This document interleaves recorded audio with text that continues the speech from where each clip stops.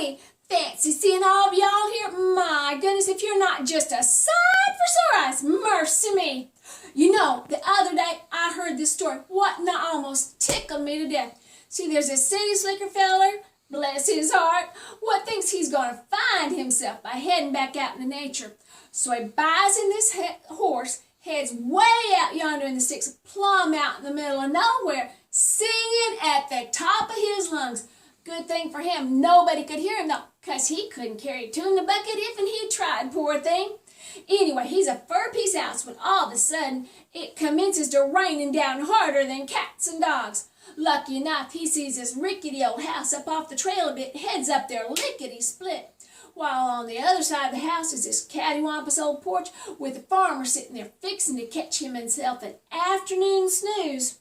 Well, stranger rides up all nonchalant like, not wanting to make no spectacle of himself, whilst the farmer, eyeing that stranger gallywag his way up there, looks him up one side and down the other, poor pitiful soul. Besides, he must be dumber than dirt.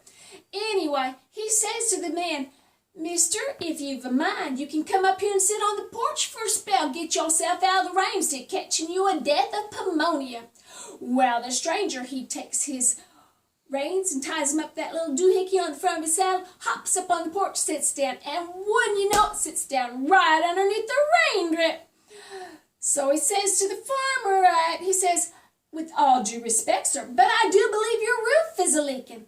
The farmer just says, "Yep."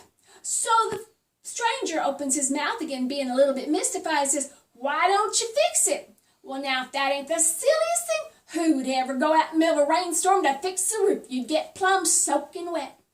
Well, the stranger, the city feller, he's getting a little bumfoozled, so he opens his mouth one more time and he says, "Well, why don't you fix it when it's not a-raining?" Now, the farmer knows that that man must be just slower than molasses in January. Otherwise, who would have ever asked such a question?